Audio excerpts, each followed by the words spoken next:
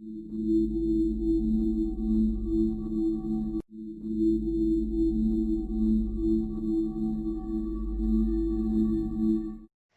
everyone, welcome to my YouTube channel Learners Destination. I am Preeti Narwal.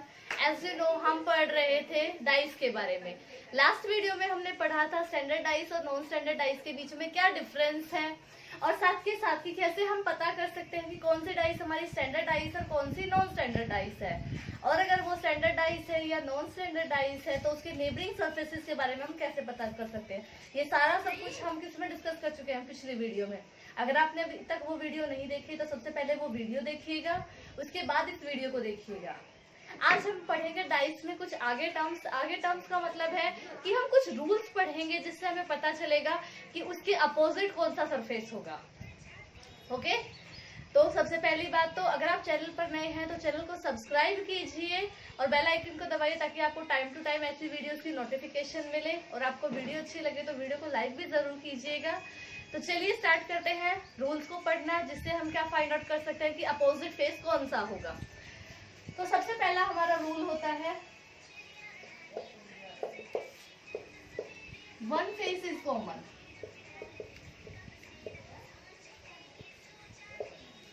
हमें कोई भी हो सकता है, एक दो डाइस दे रखी हो, तीन दे रखी हो, चार दे रखी हो, उनमें से अगर एक फेस कॉमन है तो हम कैसे फाइंड आउट करेंगे कि किसके अपोजिट कौन सा है। जैसे एग्जांपल के तौर पे मान लीजिए ये है हमारे पास डाइस है हमारे,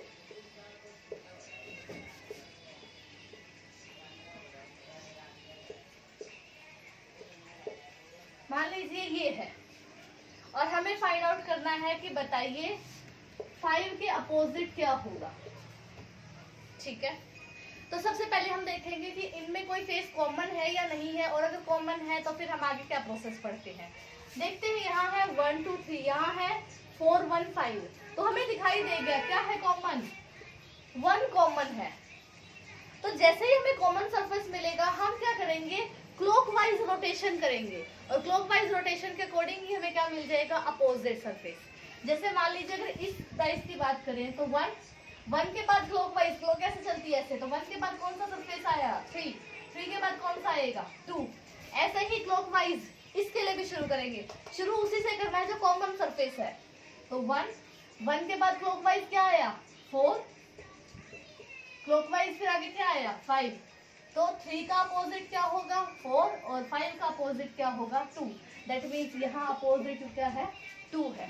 तो ये कब, जब हमारा क्या हो, एक फेस कॉमन हो।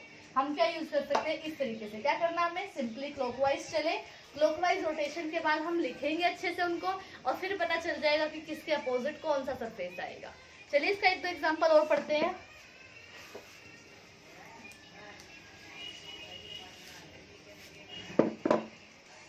मान लीजिए ये क्वेश्चन है, डाइस कुछ इस तरीके से गिवन है, अल्फाबेट गिवन है ABC, कुछ इस तरीके से है, और हमसे पूछ लिया गया है बताओ D के अपोजिट क्या होगा। ठीक है, तो सबसे पहली बात वही, हम क्या चेक करेंगे कि क्या कुछ कॉमन है। तो कॉमन के लिए यहाँ है ABC, यहाँ है DCE, कॉमन दिखाई देगा, क्या है कॉमन, ये C कॉमन है। तो सबसे पहले जो कॉमन सरफेस है वही लिखा जाएगा। कॉमन सरफेस लिखने के बाद क्लॉकवाइज, तो क्लॉकवाइज ऐसे चलेंगे हम, तो C के बाद क्या आएगा B, और B के बाद क्या आएगा A। अगेन उस डाइस के लिए भी हम सबसे पहले क्या लिखेंगे C, क्लॉकवाइज चलेंगे तो ये, और फिर इसके बाद ये, दैट मीन्स यहाँ आ गया E और यहाँ आ गया D। हमें किससे पूछा गया था, D के लिए, तो D का अपोजिट क्या है हमारा A। अगर हमसे पूछ लिया जाता E का अपोजिट क्या है B, या B का अपोजिट क्या है E, तो इस तरीके से हम क्या फाइंड आउट कर सकते हैं, अपोजिट्स फाइंड आउट कर सकते हैं बहुत इजीली। ठीक है, ये है इसका फर्स्ट रूल। अब डिस्कस करते हैं इसका सेकेंड रूल।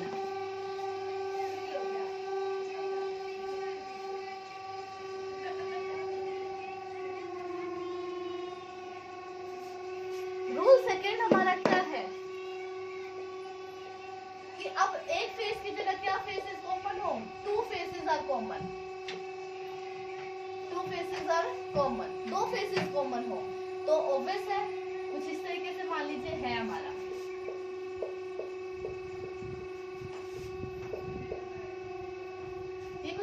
तरीके से है, हमसे पूछ लिया गया है बताओ 1 का अपोजिट क्या है। ठीक है, तो जब 2 फेसेस कॉमन है तो इसका मतलब जो बचा हुआ पोर्शन, जो बचा हुआ पार्ट है वही उसका क्या निकल जाएगा, कॉमन निकल जाएगा। यहाँ हमें दिखाई दिया 4 5 4 5 दोनों में कॉमन है, तो 1 का अपोजिट डायरेक्टली क्या हो गया 3, या हम बोल सकते हैं 3 का अपोजिट क्या है 1। ये पिछले पैटर्न से ज्यादा इजी बचता है जब हमारे पास 2 फेसेस कॉमन हो। 2 फेसेस कॉमन है हम बिल्कुल डायरेक्ट निकाल सकते हैं, 2 फेसेस को अवॉइड किया, तीसरा जो बचा वही उससे क्या है, अपोजिट है। ठीक है,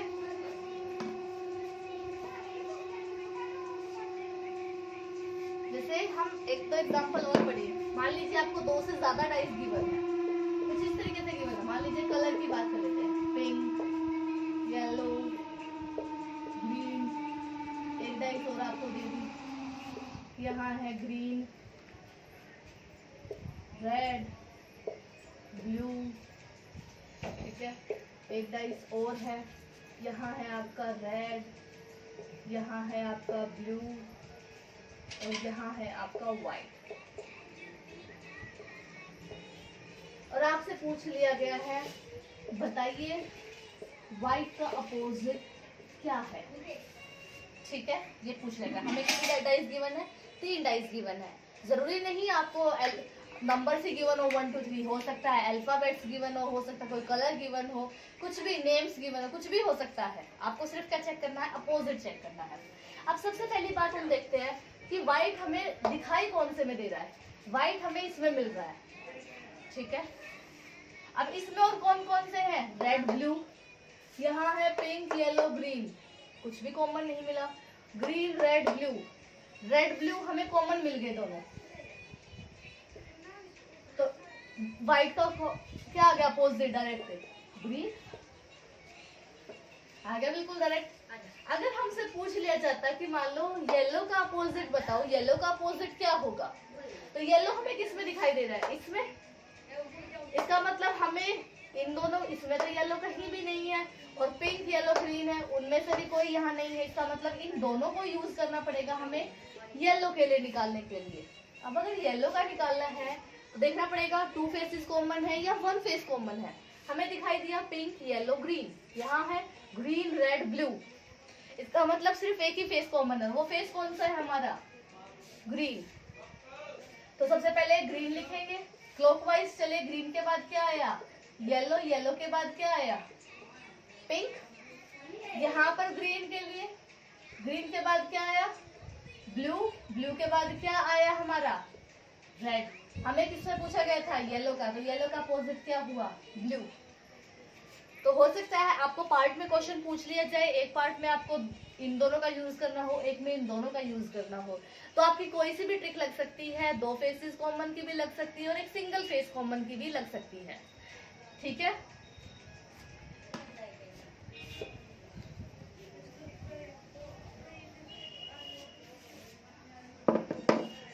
जैसे मान लीजिए इस तरीके से गिवन है 1 2, कुछ इस तरीके से सिंबल गिवन है।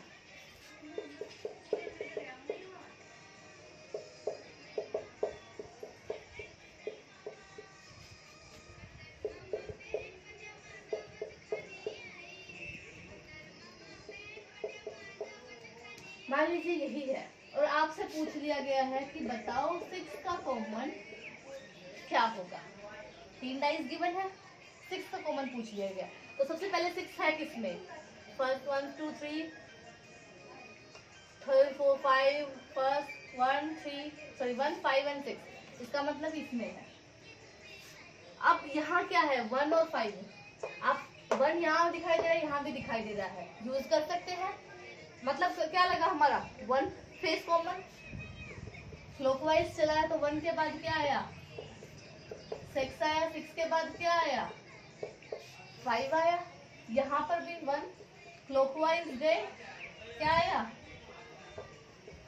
3 के बाद क्या आया क्लॉकवाइज 2। तो इसका मतलब इस 6 के लिए अपोजिट हमारा क्या आ गया, 3। अब अगर हम चाहें तो यहाँ से भी निकाल सकते हैं, क्योंकि यहाँ भी हमारा 1 फेस कॉमन लग के, 5 कॉमन लग के भी हमारा निकल सकता है इजीली। ठीक है, तो आप दोनों ही तरीके से क्या कर सकते हो, निकाल सकते हो। क्योंकि यहाँ से निकालोगे 5 के लिए, 5 के बाद क्या आया, फर्स्ट के बाद क्या आया 6, यहाँ पर भी क्लॉकवाइज जाओगे तो ये, फिर ये क्लॉकवाइज में फिर 4 आया, और फिर क्या आया 3 आया, अगेन 6 के लिए क्या कॉमन आ गया 3। तो आप इन दोनों का यूज करके भी निकाल सकते थे, इन दोनों का भी यूज करके निकाल सकते थे। तो इस तरीके से 1 फेज कॉमन या 2 फेज कॉमन निकाल के आप इजीली अपोजिट फाइंड आउट कर सकते हो।